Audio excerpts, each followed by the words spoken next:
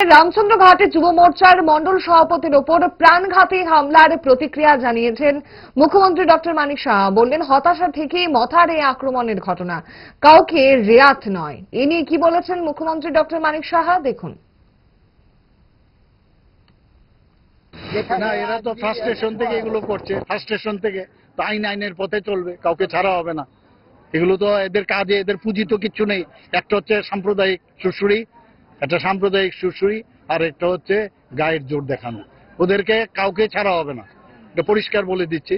যদি কোনো জায়গার মধ্যে এরকম ঘটনা হয়ে থাকে, আমি নিশ্চয়ই পুলিশকে আমি বলবো এবং আইনের শাসনে আইনের ব্যবস্থা সেখানে করা হবে।